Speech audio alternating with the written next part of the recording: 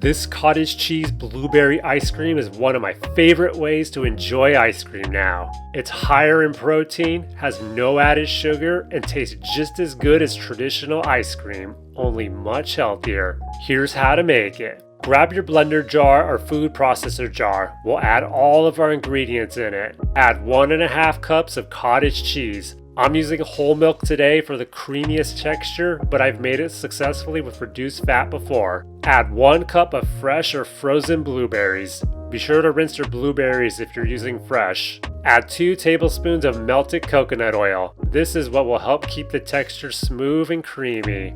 Add 1/3 a cup of allulose. Allulose is preferred as it will also help with ensuring the texture doesn't get too icy. The one I'm using is a monk fruit sweetener sweetened with allulose by Lakanto. Add a teaspoon of vanilla extract. And finally, add a pinch of salt. Place the lid on your blender or food processor jar. Power on your device, then blend everything together until the consistency is smooth and there are no more curds. You shouldn't have to scrape down the sides for this recipe, but if you notice it's struggling to blend everything together, go ahead and scrape down the sides. After a couple of minutes, it should look silky smooth. Grab a 16-ounce mason jar and then pour your mixture into the jar. You can also pour it into a bowl and then cover it with plastic wrap if you prefer. Seal the jar, then place it in the fridge for 3 to 4 hours. Once you're ready to enjoy your ice cream, let it rest on the counter for several minutes to let it soften a bit.